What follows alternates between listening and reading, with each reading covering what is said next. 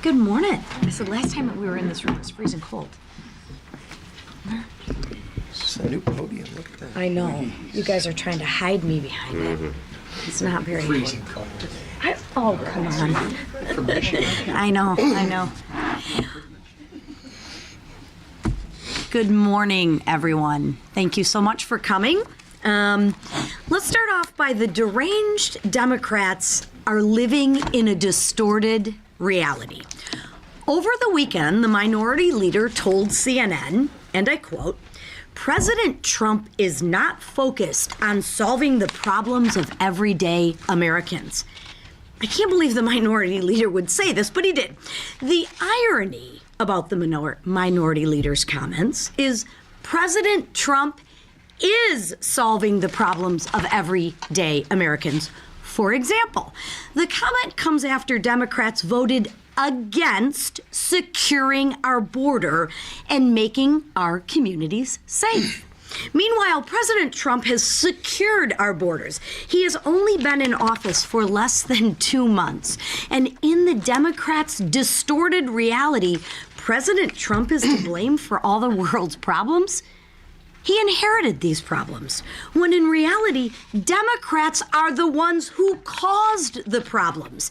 Illegal aliens flooded our borders because Democrats kept them open.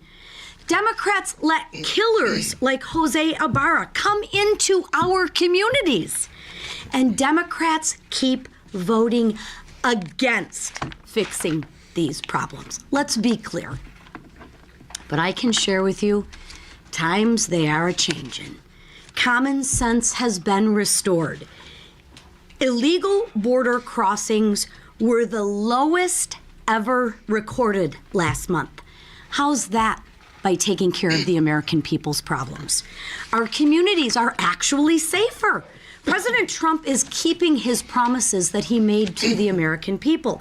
After 4 years of silence and shadows from Joe Biden and the Democrats, President Trump has restored accountability and transparency at the White House.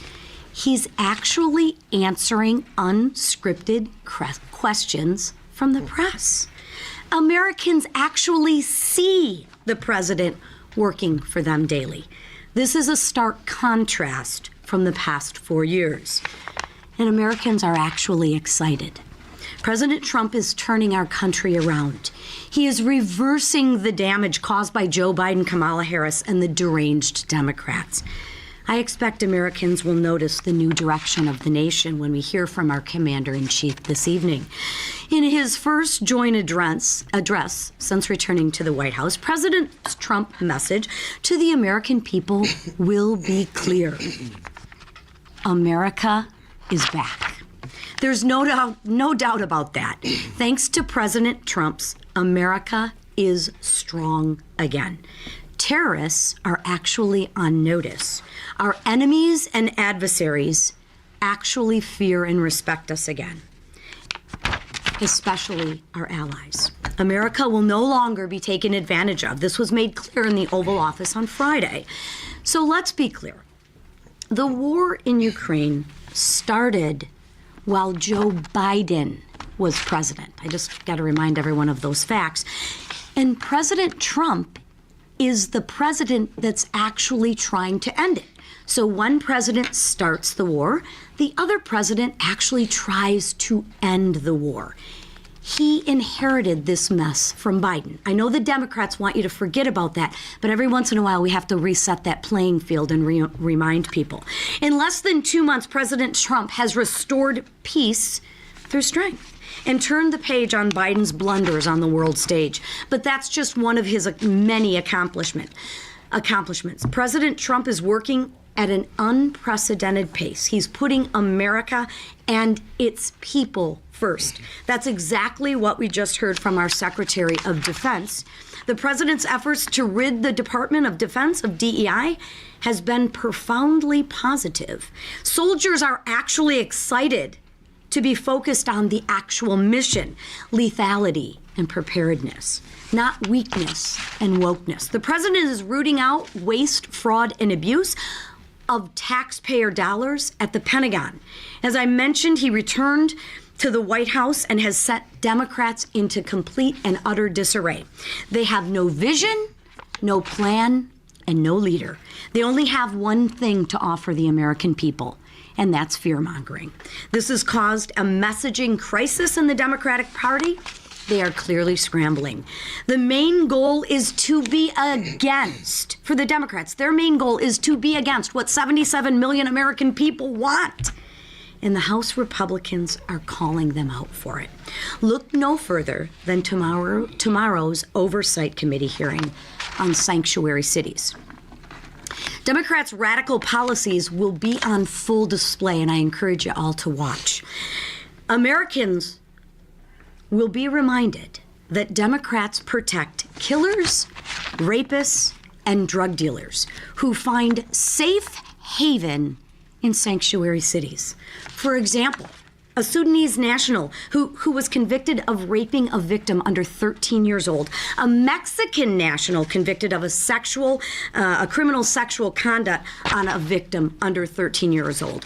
Both were arrested by ICE in St. Paul, Minnesota, a sanctuary city. And what do deranged Democrats in Minnesota have to say? They say, well, targeting criminal illegal immigrants threatens their safe spaces. Threatens the safe spaces of whom? Listen to what the Democrats are saying. Instead of showing empathy, they are siding with and protecting criminals, violent, illegal, alien criminals. Meanwhile, Republicans actually stand with the victims. We actually stand for legal. We actually stand for law and order. What about the American people's safe spaces? Do they count?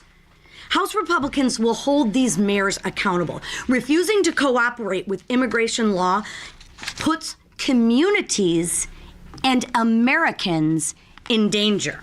But it doesn't stop there. Even in the U.S. House of Representatives, deranged Democrats hold briefings and post videos on how to avoid ICE.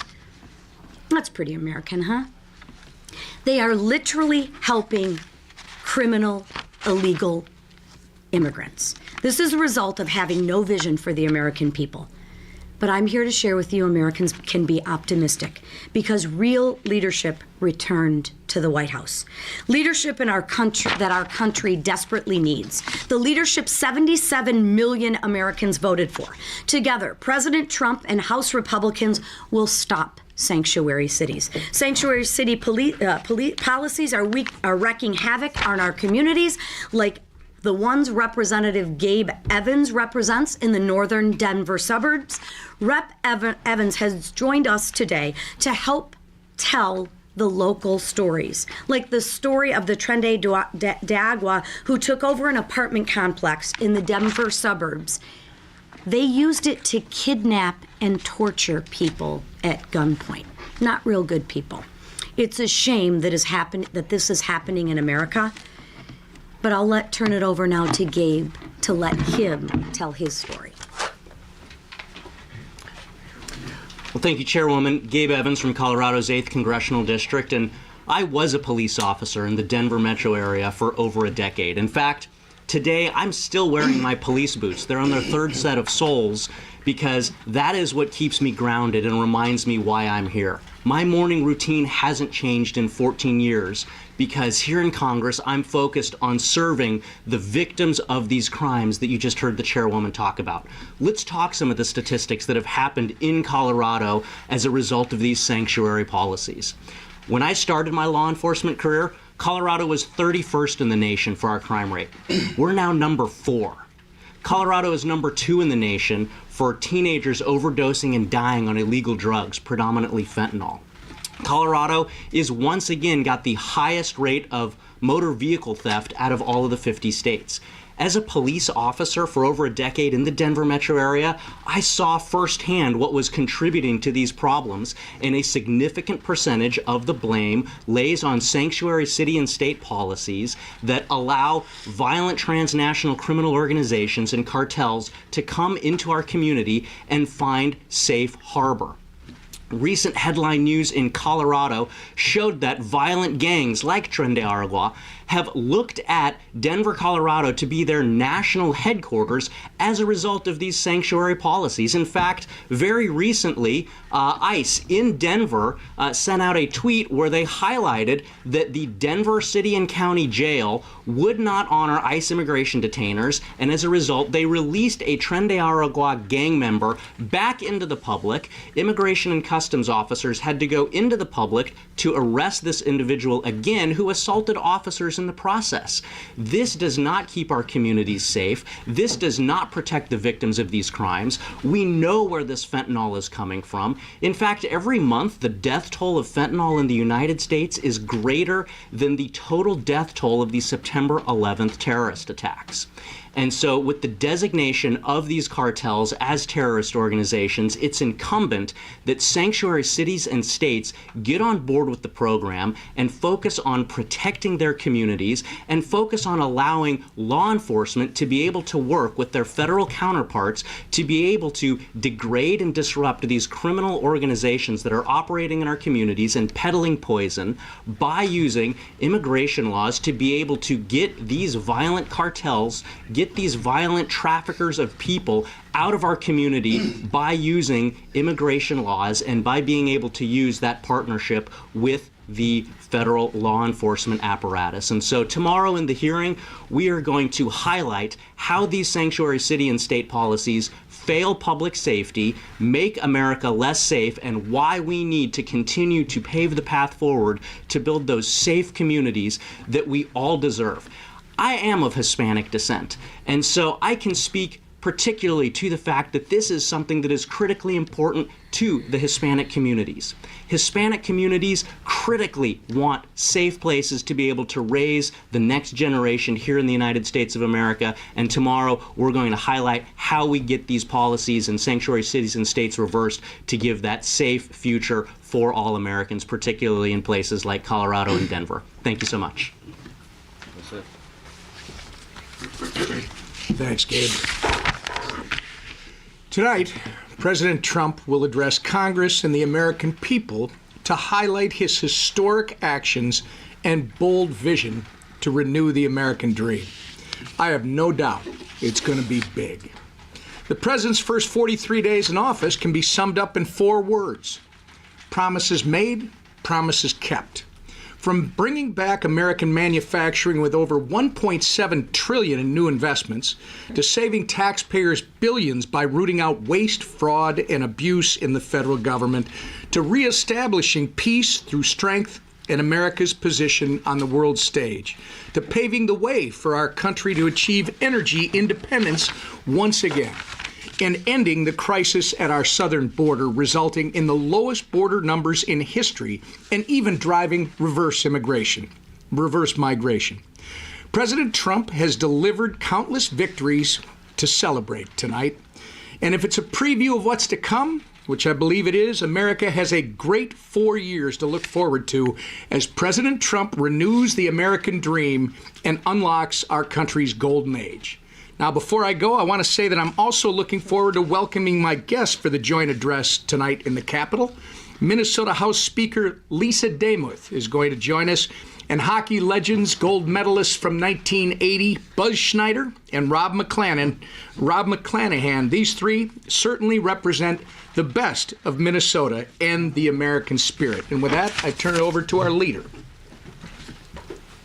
All right. Well, let me first say happy Mardi Gras, everybody. Today is Mardi Gras Day in my home city of New Orleans. This is a Mardi Gras king cake, which we enjoy to celebrate the day. This is not to torture you. This is to let you know I've gotten this for each of you, so that it's all cut up. I'm going to pass this around. You don't have to write nice stories about me. You can, but this is we like to share our celebration. There'll be about 1 million people from all around the world on the streets of New Orleans celebrating with the crew of Zulu, the crew of Rex, riding, and it's a great family event. My parents took me to Mardi Gras parades when I was a kid, and we take our kids now and pass that tradition on. I am so glad to be with all of you today, but I wish I was in New Orleans celebrating Mardi Gras. But here, put your Camera's down for a minute. Take a piece, pass it around. If you get the baby, the tradition is there's a plastic baby in one of the slices. That means you have to throw the next king cake party. So we'll let you know where to get the cake, and you'll want more, believe me. Anyway, on that note, so we start off on a really good note. We love to celebrate things. We're celebrating a lot. Tonight, President Trump is going to be celebrating the renewal of the American dream. And he's going to go into a lot of detail about how his agenda not only is starting to be carried out in just less than 2 months. It's been a riveting pace that President Trump took to start getting our country back on track. But the work is just beginning. Here in the House, and obviously Congress has to play a critical role in helping the president do this. Part of that is passing President Trump's agenda.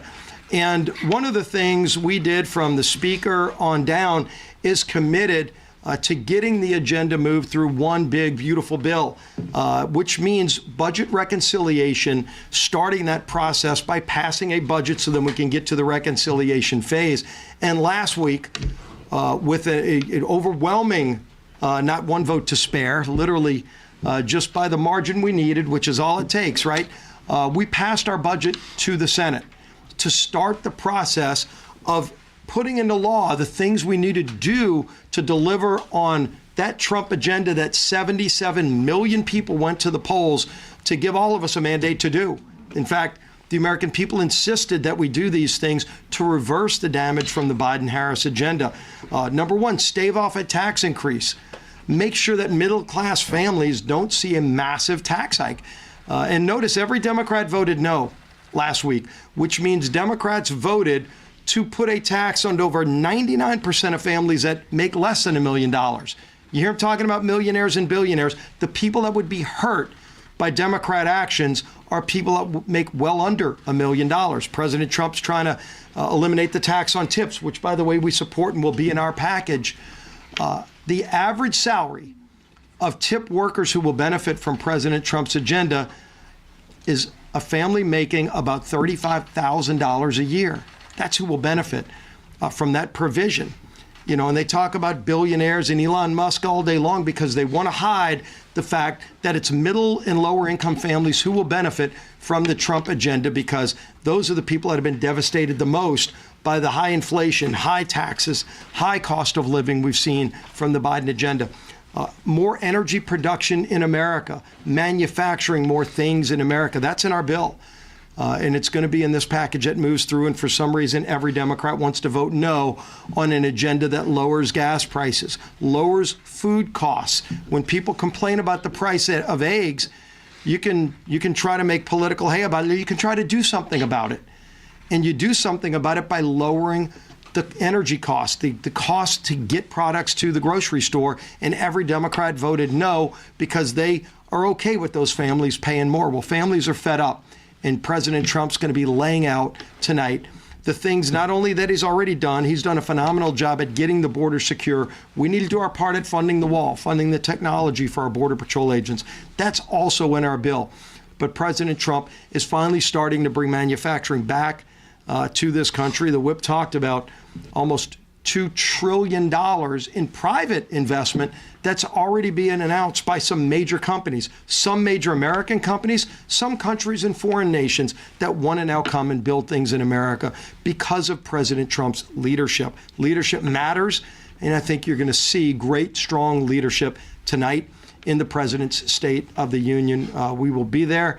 Looking forward to it. The man sitting right behind the President, we know tonight the President's speech will not get ripped up by a Speaker of the House because our Speaker of the House has been leading the cause to usher in this agenda of a renewal of the American dream. Our Speaker, Mike Johnson.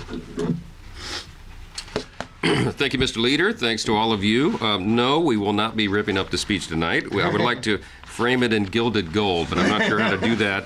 from the podium. I want to welcome you all and happy Mardi Gras. And if I had forethought, I would have brought beads to throw at you. You would have had the whole experience. We had a great weekend. Let me give you a recap on a few things. We had a great weekend down in Florida. We had the House Republicans gathered in Miami for an NRCC winter retreat. It's an annual tradition, and the vibe is so good among Republicans. We had our largest attendance ever, the most members ever participated with their families, and lots of friends and donors and supporters of the cause were down there with us in a great time. We understand that nobody really wants to talk about 2026 yet, the midterm cycle, but we are, because we are very excited about what that is going to yield. We're in very strong position to defy what is the norm. It's not traditionally expected for a new president to pick up seats in that first 2-year midterm for his party, but we are going to grow the majority next year, and we have a great plan to do that. We will be riding the wave of the popularity of President Trump's policies, and he is doing some things that everybody in the country is excited about. Once all this is signed into law, the American people are going to begin to feel real relief at the pump, in their bank account, and in safer communities. This set of policies is what the president ran on, and all of us ran on, and we'll be checking the boxes along the way. Now, polling continues to show the American people are with us on the issues. In Congress, we have the highest approval rating in 4 years. Among Republicans in our party, we have the highest approval rating in over 20 years. You have to go back to August of 2005 to see similar numbers. And I think the reason for that is because we're restoring common sense. And that is the theme that the president keeps reiterating over and over. We're restoring what makes sense to the people. And this contrast between our policies and our ideas and this common sense agenda is very different than our Democrat colleagues. They are defending wasteful government spending right now. They're opposing tax cuts for working families. They're supporting open borders in sanctuary cities, you heard about this morning. And they're doing all that above the well-being of the American people.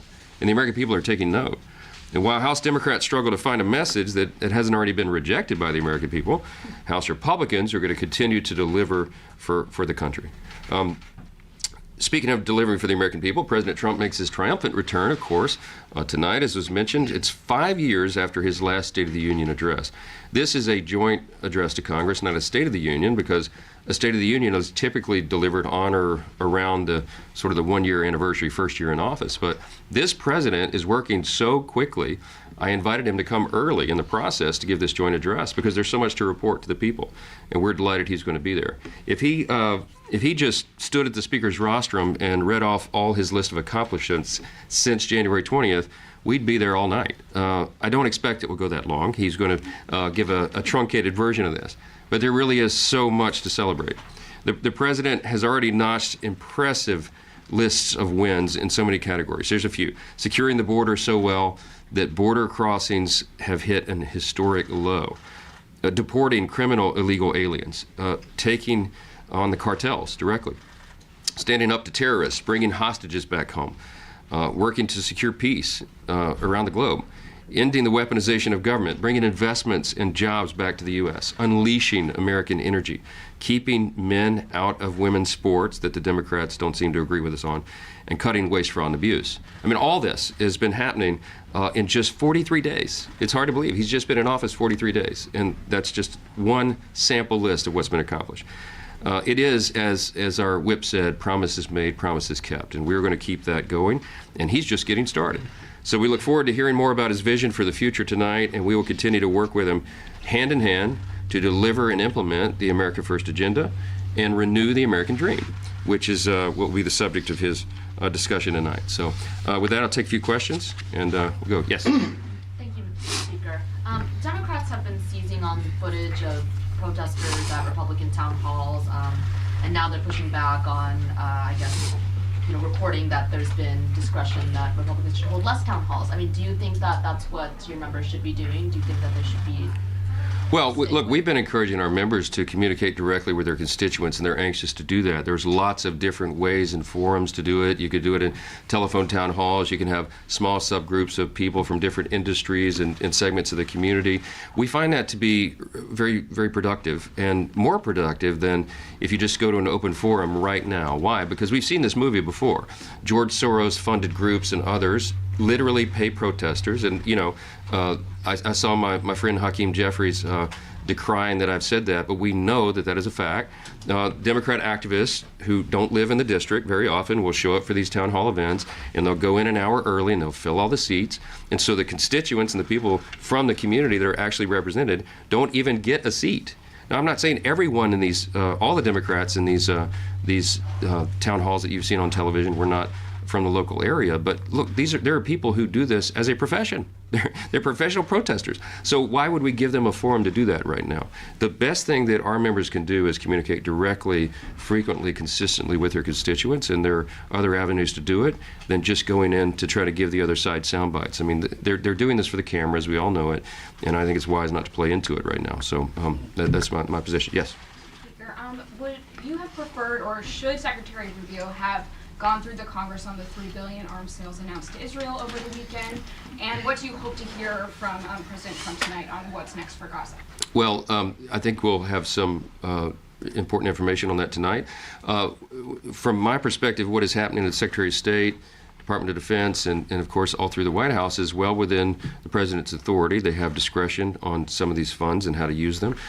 There's been consternation about the announcement that they would pause military aid to Ukraine, and I had a few people ask me this morning, well, don't you think that's a violation of separation of powers or something? It's not. The President has authority to do that, to act as the Commander-in-Chief, to use the strategy that he and his team believe is best fit for that. It's not changing or redirecting something that Congress did, unlike the Biden administration.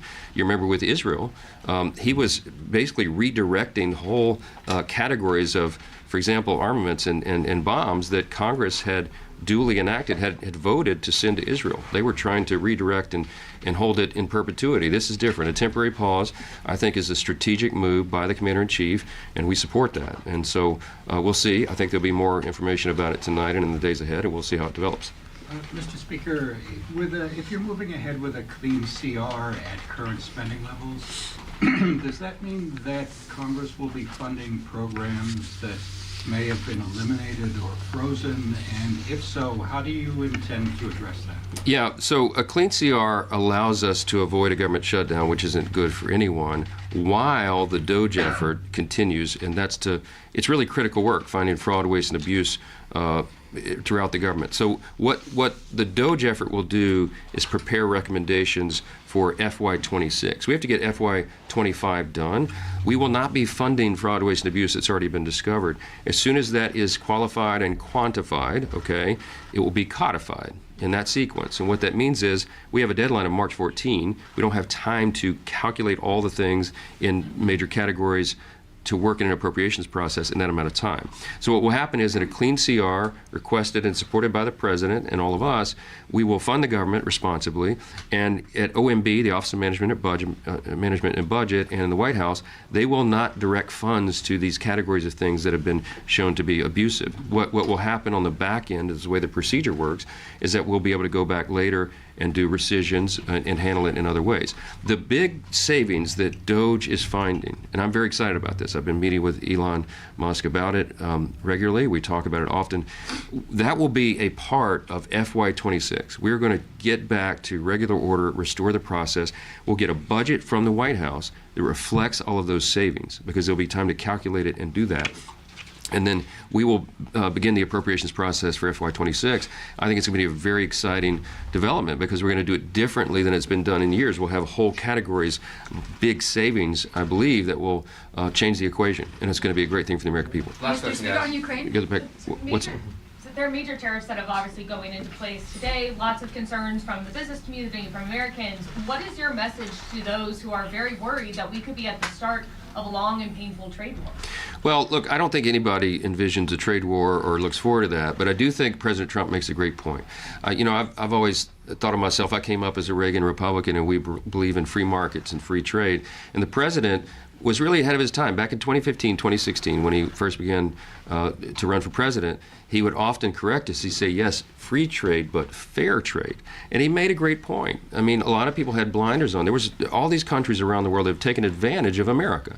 The America First agenda is to reset those relationships. And his idea of reciprocal tariffs policies is actually really comports with common sense. I mean, if we have a country that we have a huge trade imbalance with because they're charging 100% tariff on imports from the U.S., well, then we need to bring that down. How do we bring it down?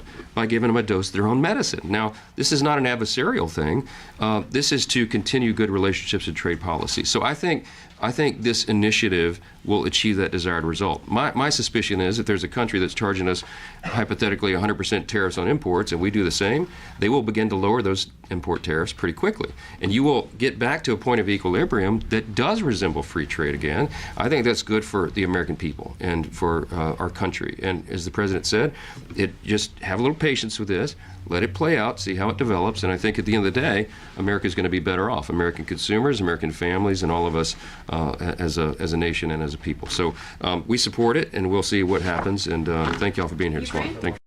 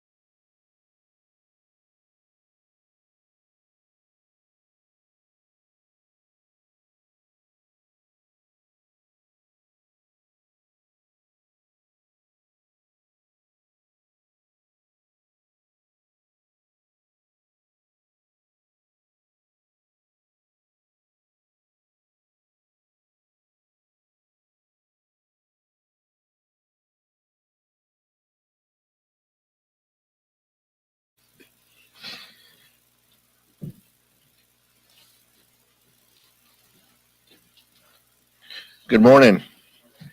Pleased to be joined with my colleague Ted Lieu, Vice Chair of the Democratic Caucus, as well as Greg Casar, the Chair of the Congressional Progressive Caucus, and the Chair of the New Democratic Coalition, Brad Schneider.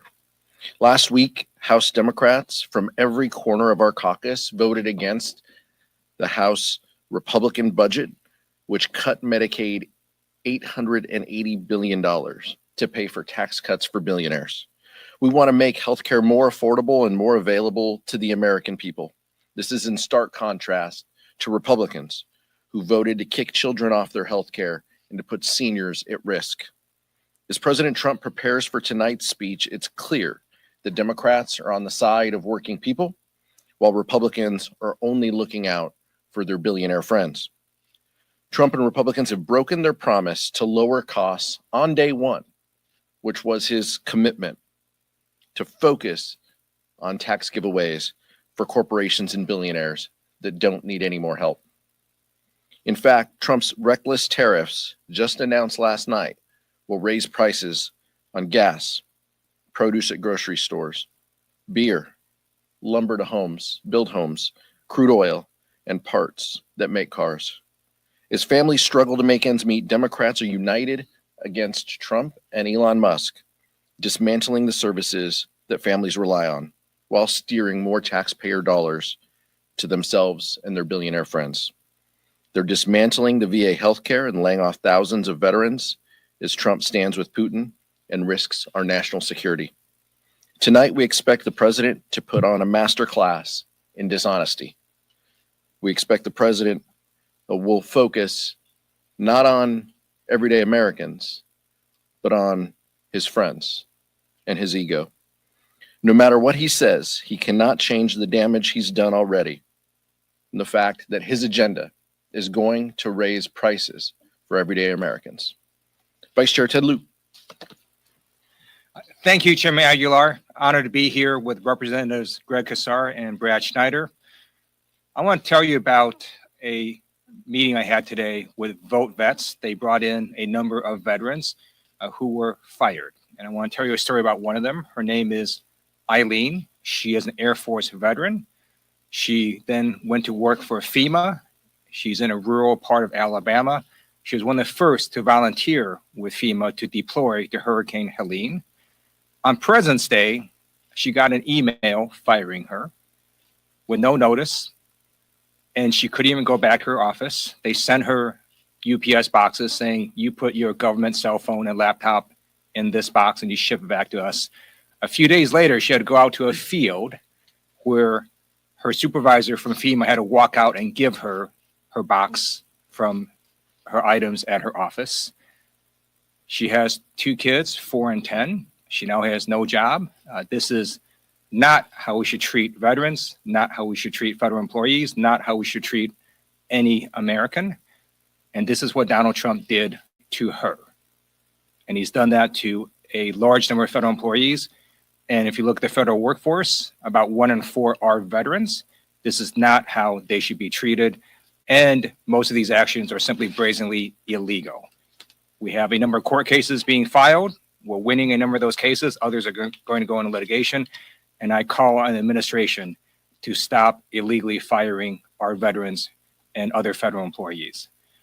I also now want to touch on the subject of tariffs. You've seen with the indiscriminate tariffs that the president has both imposed and threatened to impose, that not only is the stock market tanking, but also inflation is up, consumer sentiment is down, and the Atlanta Fed has now predicted that we're going to contract this quarter in terms of GDP.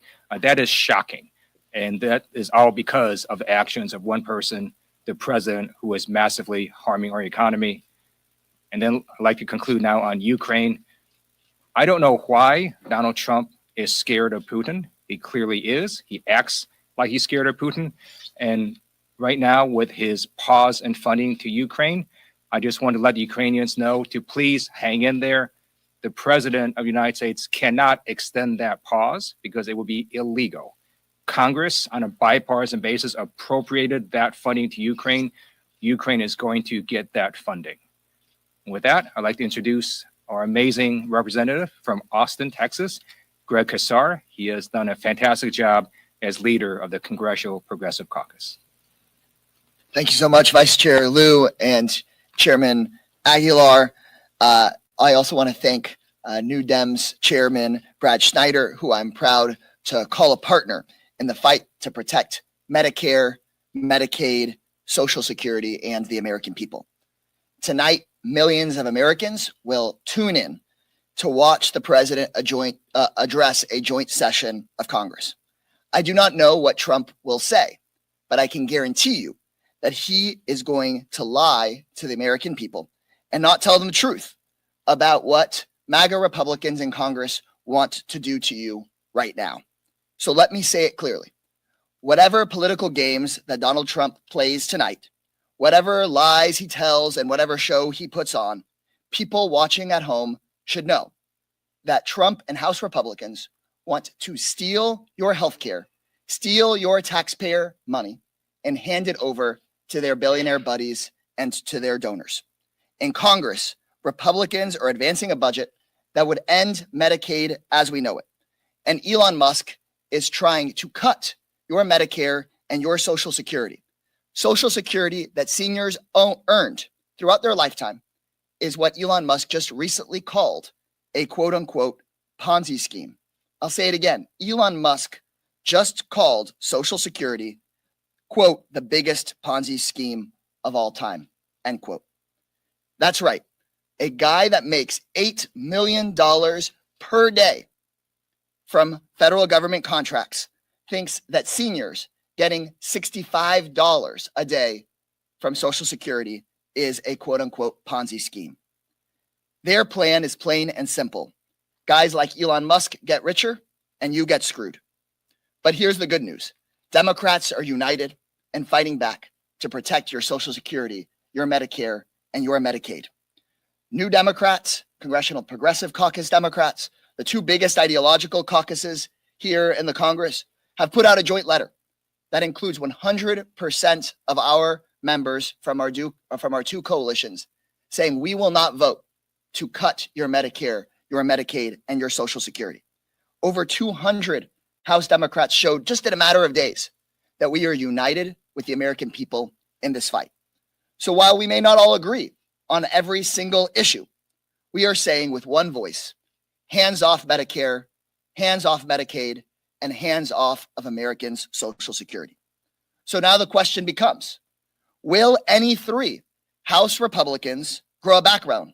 Will any 3 House Republicans do the right thing and act like U.S. representatives instead of like Trump employees, and join us. Because if 3 congressional House Republicans join together with Democrats to do the right thing, there will be no Social Security cuts. We can prevent cuts to Medicaid and Medicare and to Social Security. But if House Republicans choose instead unanimously to come after Social Security and Medicaid and Medicare, then they will own the terrible consequences for working people. Thank you so much. And now I'd like to hand this over to my partner, the chairman of the New Democratic Coalition, Brad Schneider. Thank you, Chair Kassar, Chairman Aguilar, Vice Chair Lou. It's good to be standing here with you as in one common voice. Before I read my prepared remarks and talk about our joint letter, I want to touch on what Vice Chair Lou talked about veterans. I have the privilege of representing Naval Station Great Lakes in North Chicago, Illinois. Every single sailor recruit who enlists in the Navy shows up in North Chicago for 10 weeks of basic training. I've had the privilege of attending those graduations. I see those 17, 18, 19-year-old young people, men and women, who say, I want to serve my country. I want to put on the uniform of the United States, go to places I do not know, do things I have no idea if I'll be able to do to protect the American people and the American way of life. Many of those people serve 2 years, 4 years, many serve 20 years or more. All of them committed and dedicated to bettering our country. And many of them, when they finish their service, are not done serving our country. And they go to work with the federal government. They're dedicated federal workers who are serving their nation in their local communities, many here in Washington. They're the people who work at Social Security, the forest rangers in our national parks, the folks who provide care at VA hospitals. And they are the ones who are getting the letters from Elon Musk and Doge in the middle of the night saying your service is no longer desired and we no longer value your performance. This is wrong, and this is weakening our country. And this is why we are standing before you united to saying it has to stop. I'm very proud that the CPC, Congressional Progressive Caucus, the New Democrat Coalition, others have come together. We've made a very strong statement. I'm proud to lead the 110 members of the New Democrat Coalition in joining in that statement, saying we cannot allow dangerous cuts to programs that Americans have actually paid for out of their hard-earned dollars. Medicare, Medicaid, Social Security. The headline is and should be House Democrats are united, in deep contrast to what we're seeing from our Republican colleagues. While the Democrats are focused on lowering costs, Republicans are pushing a budget that will result in cuts to health care and benefits that have been earned by hardworking Americans. While Democrats are focused on making our communities safe, Musk and Doge are firing thousands of employees who help keep planes in the sky, prevent diseases like bird flu and measles from spreading, and serve our veterans after they complete their service to our nation. Democrats are working tirelessly to bring down prices of everyday products, while President Trump just today levied 25% taxes on the American consumer that will raise costs for groceries, for cars and trucks, gasoline, new construction for houses, and many other everyday products.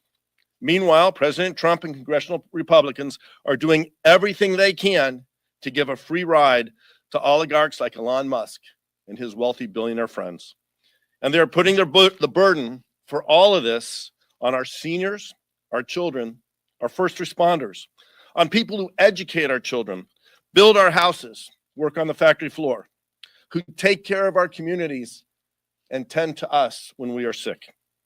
It is these hardworking people who are on the crosshairs of the Republicans' actions. One of these people is my guest tonight.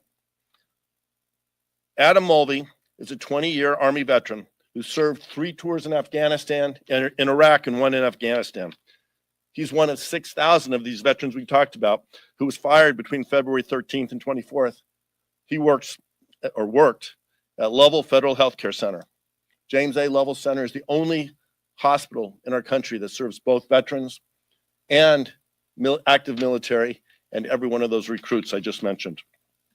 His job was to help provide emergency management services, planning and preparing in the case of a tornado or another emergency or even an active shooter. He served 35,000 veterans in our area, tens of thousands of active duty sailors and other military members, and the 40 to 50,000 people each year who go through Naval Station Great Lakes. We all believe government should be efficient, but Trump and Musk are taking a sledgehammer to Americans' lives and our livelihoods. And I am proud to stand with all of my colleagues here today saying it has to stop. Thank you, and I am proud to yield back to Chairman Aguilar. Thank you, Brad. Take some questions. Nick? Republicans are teeing up a zero home, or through the end of the fiscal year, continuing resolution that could come as soon as this weekend. Is this something that Democrats would support? Well, let's be very clear about kind of the facts, but also about kind of where this process is. Democrats do not have the ability to shut down government. Republicans have the votes. They demonstrated that last week when they went after health care and Medicaid for American families. They have the votes. They have the responsibility to govern. But let's talk about the process. Rosa DeLauro has submitted an offer to Republicans. They walked away. Speaker Johnson has said that he wants the CR to be bipartisan. There has been no outreach from the administration or the Speaker to Leader Jeffries. So that's where things stand. Republicans have walked away and Republicans have the votes. Then they have demonstrated time and time again that with their unity, they can go after health care and programs that we feel are important to the American people. How would you gauge the effects on the public if government were to shut down? What would be the level of suffering? Donald Trump shut down government before. Many of us up here were in Congress at that time. The administration historically has wielded that ability to keep agencies open and closed, but the American public will absolutely feel it. The potential to have offices closed, as my colleagues have mentioned, that is part of the point of what Trump and Elon Musk are doing here, is to fire employees, to close down offices, is their justification toward eliminating services that everyday Americans utilize and have paid for. That's where the focus is, but we understand that Republicans' goal might be to enact pain on the American people. We're angry about it. The Democratic caucus is angry about it. We do not have the votes to keep government open. Republicans have the votes in the majority here, and so that's what we are. That's what we are concerned about, and we stand, as we always do, willing to be partners in every aspect of governance. But Republicans have the responsibility here. Can you talk about tonight? Is it an opportunity for Democrats to get a certain message out to the public? And what exactly is the way is that the top priority? We want the American people to know that we need to judge President Trump not just by the words that he says tonight, but by his actions that he has demonstrated. Time and time again, he has said one thing and done the other. Tonight will be no different. So we want the focus to be everyday Americans, their economic security, their health, their safety. That's what guides House Democrats every day. And we're going to use every tool available to amplify our message against this chaos. But we understand within that House chamber, he's the only one with a microphone. And so we will use our platforms and our opportunities to have our voices heard for our constituents and for the American people. Vice Chair Lou? Sure. Chairman Aguilar is absolutely right. We need to look at the actions. And let me just tell you what has happened since Donald Trump took over. Inflation has increased. consumer sentiment has fallen. There is now a measles outbreak in West Texas, even though measles was deemed eradicated a number of years ago. The stock market is tanking, and the administration has done nothing to help reduce the price of eggs. In fact, you can't find eggs in a number of places. And then they made it worse by firing people who work on bird flu research. Those are the actions of Donald Trump, and he is harming America. And we'll see what happens tonight, but he can't escape the really bad record he's already set forth. Michael. A couple of you mentioned the tariff. I want to ask you about the retaliatory tariff from Canada, Mexico, China. First, are you concerned about an escalating trade war? And what's your message to the American people out there who are already concerned about the high cost of living, the affordable housing crisis, the affordable child care crisis, and then to add these tariffs? What's your message to Americans who are concerned that their cost of living is just going to continue going up? Yeah, this is absolutely harmful, but we have said that Donald Trump will make America less safe and more expensive. That is exactly what he's doing. Rarely do the four of us get up here and would acknowledge Rupert Murdoch and the Wall Street Journal, but they call this the dumbest trade war in American history. And we agree. The retaliatory tariffs will be coming from those countries. This is going to make auto parts, energy, things that Americans use more expensive. And that's terrible. And the American people are absolutely going to feel it. Republicans are acknowledging that everyday Americans are going to feel it, but they are not willing to stand up against it. They time and time again have proven that they will not push back against Donald Trump. And so that will translate to Americans paying more. And it's something that House Democrats are concerned about or angry about. But that's where the administration wants to focus their time and attention. Brad Schneider. Thank you. So a couple weeks ago in my district, I had a roundtable meeting with farmers in my district, the farm bureaus from each of the three counties in my district. And we were talking about the prospect. We're now past the prospect. China has announced a 15% tariff on U.S. agricultural products. One of the observations made, in fact, this gentleman opened up our conversation with remarking that United States farmers are the most productive. We're blessed to have incredibly fertile land, but we're also blessed to have an incredibly hardworking, capable agriculture industry. And we produce more food than we can consume as Americans. It's a good thing. We can help feed the world and a growing population. Challenge is that farming is a very low margin business. So if you take that food that we're exporting around the world and you make it more expensive, harder for American farmers to sell that food around the world, many of them are going to not make their numbers for the year.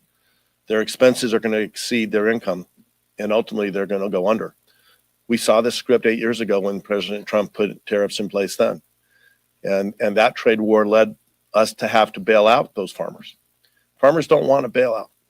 They are hardworking people who want to succeed and pass what they do from generation to generation. And what the president is doing is undermining our agricultural sector, our rural communities, our nation as a whole. Half of the leadership has told its members that they should be doing fewer in-person town halls, more teletown halls, as there are more protests. And this morning, Speaker Mike Johnson said that Democratic activists are kind of overtaking these town halls in their districts. I'm wondering if you could speak on that a little bit, especially as Democrats have been doing more town halls in their districts. House Democrats are interested in holding our colleagues accountable. But these are not paid individuals, no matter how many times the speaker says it. These are Americans who are angry. They're angry that their health care could be taken away. They're angry that Elon Musk is running around firing people out of agencies that are providing services to them. And House Republicans are running scared. That's what we see. They are scared to answer the question from their own constituents about why they continue to support these efforts. That's the nature of where we are this moment, and I think it speaks a lot about House Republicans that they aren't even willing to take those local questions, or it has to be so specific, it has to be so filtered that they don't want to even answer questions from their constituents. But we will continue. House Democratic Caucus, New Democratic Coalition, Congressional Progressive Caucus, House leadership, everyone in our caucus is committed toward making sure the American public understands exactly what's at stake. Greg Casar. Yeah. And I think that today's letter answers that question perfectly for you.